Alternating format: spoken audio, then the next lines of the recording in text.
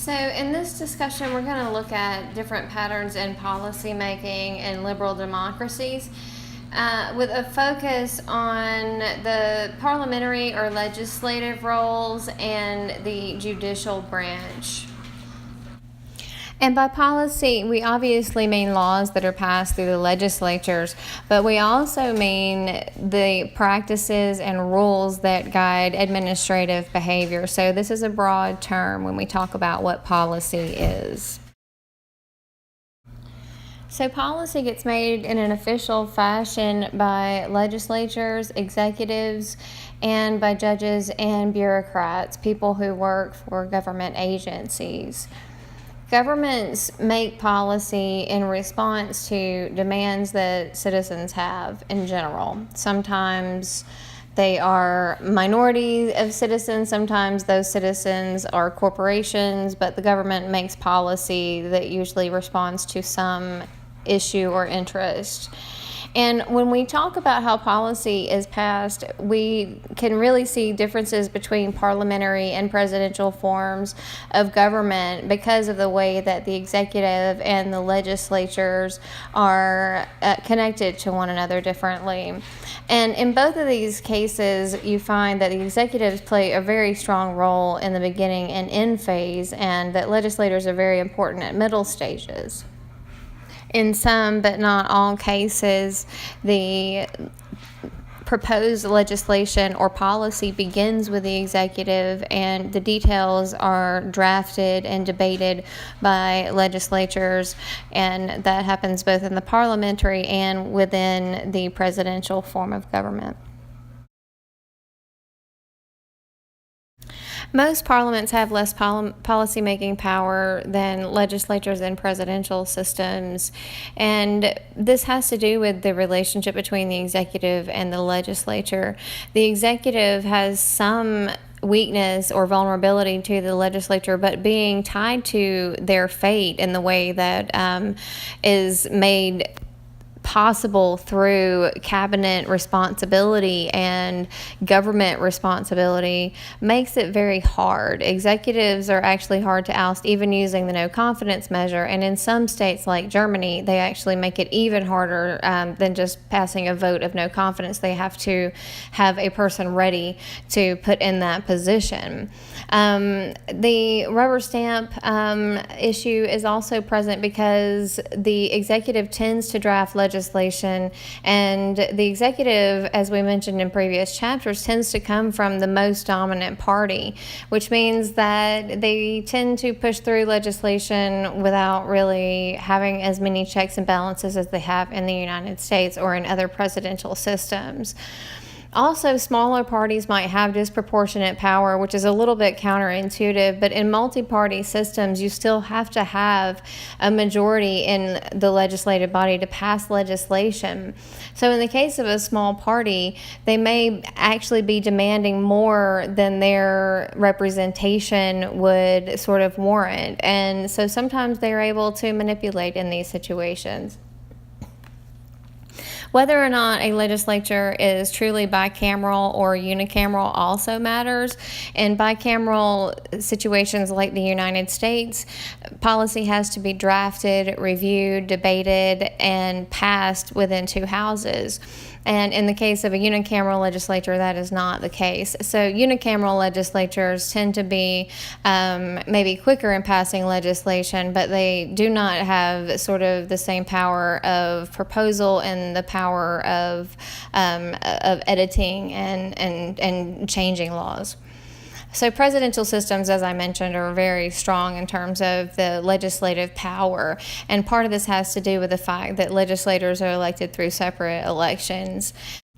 Part of the reason for this strength is that the president and legislative representatives are actually not tied together in the same way as people in the parliament because they are elected through separate elections. They have two separate mandates. This is also the cause of gridlock, but remember that was sort of envisioned by the founders. They didn't want legislation to be passed too quickly. And that's also the reason for the veto power. This is part of the separation of powers in the presidential system. But that is balanced by the fact that the Congress does have a separate mandate, and also that they have control over the budget. So the budget has to be passed through the Congress, and that is why when there are major issues of confrontation between Congress and the president, they tend to use the budget as their sort of major bargaining chip.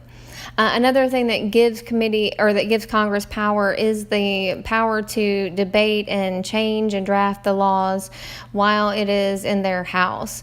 They often do make significant changes. And the power of debate is also quite important for those who are listening, because it educates the population on why laws are passed and what the meaning of those laws will be for citizens.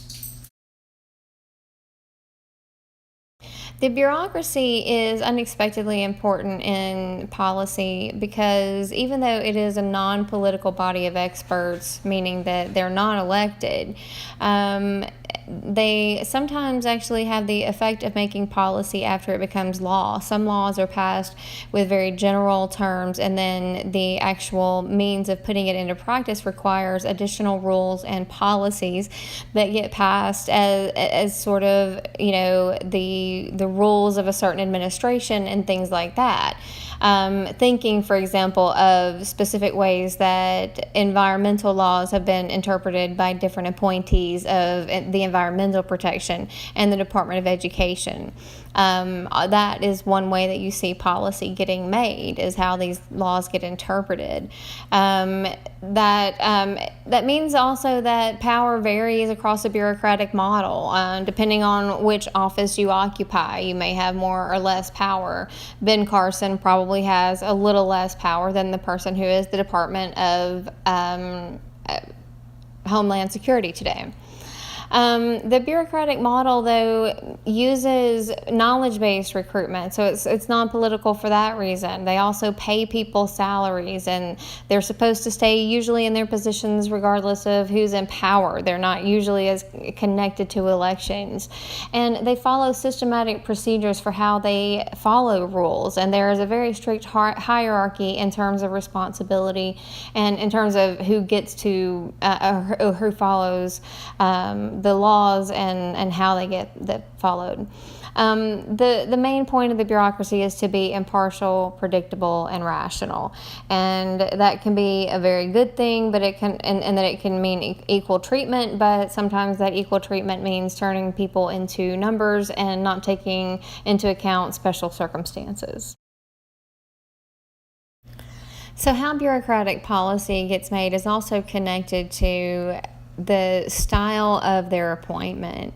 And the bureaucratic politician relationship styles can include both patronage and politicization, sometimes a mixture of these. But patronage is the practice of rewarding politicians at lower levels of government who have supported a president or supported a leader with cabinet positions. This is very common throughout all presidencies.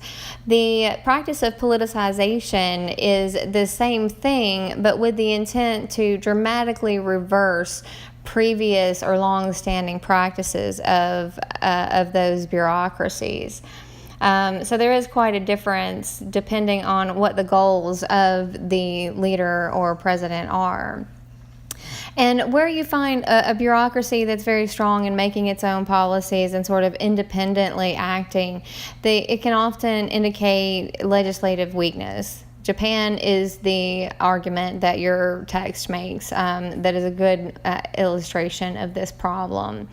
And in a lot of countries, the civil service plays an important role in the bureaucracy. This is the pool of administrative professionals who are basically groomed throughout their entire careers for government jobs.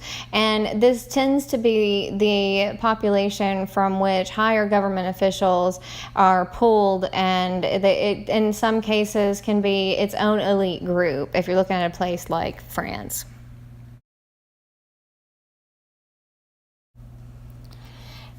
In this map, you're actually looking at a breakdown of legal systems around the world.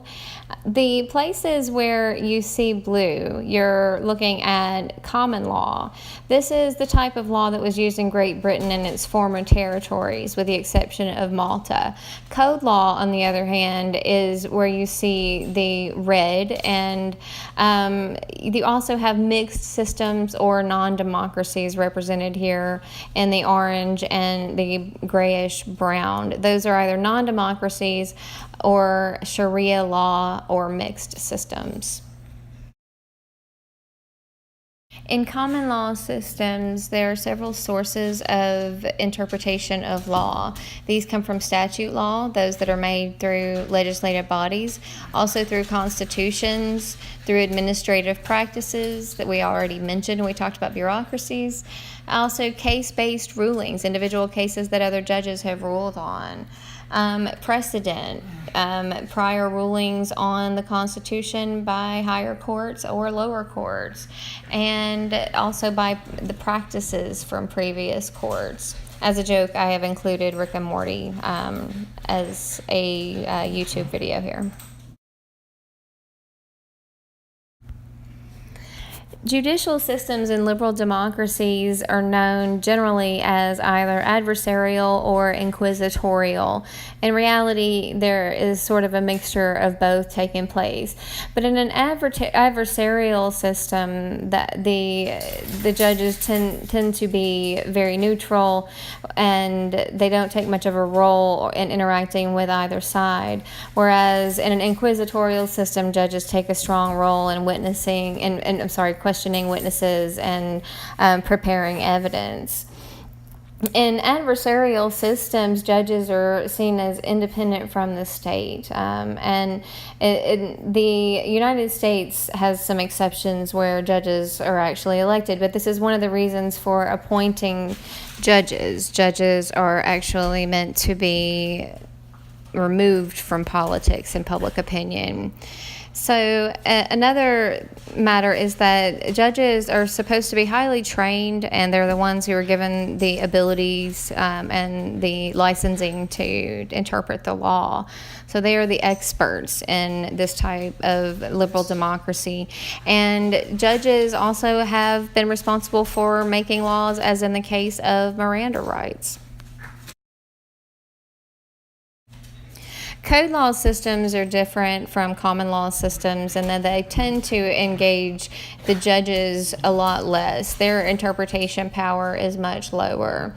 And this is often called the European model because it is still utilized by the French and the Spanish, and, by the way, the Italians. They utilize code more often than precedent. The interpretation of judges in previous cases or in previous landmark rulings has very little impact on the way that judges rule in current cases. They tend to be inquisitorial, and their jobs tend to be semi-bureaucratic, meaning that they follow a fairly predictable trajectory through their legal careers to this position. The power of the courts is determined by their right of judicial review. In Marbury versus Madison in the United States, the Supreme Court was given the right to review not only the facts of a specific case, as in the case of concrete review, but also the right to review the cases and the rulings of courts that were lower than them and therefore apply them to all courts. So in the United States, courts are very strong. They have the ability to set their own agenda. They're not set by politicians or the judicial branch or the executive, and that makes them very powerful. In former models in Europe, especially, the model of parliamentary sovereignty kept the judicial branch from being very strong because it was actually subsumed by Parliament. It was part of that branch. But the new model of constitutional courts in Europe has actually been developed since World War II to really push back against extremist parties and extremist laws. And they have given abstract review, meaning that they have the review of all laws even before they're passed in some cases. cases. That's a very strong power. They're a very special court. They only review these types of laws that bring up constitutional questions than civil rights. And they're a little bit less powerful because of the fact that they do not set their own agenda. They generally have cases referred to them by parliaments.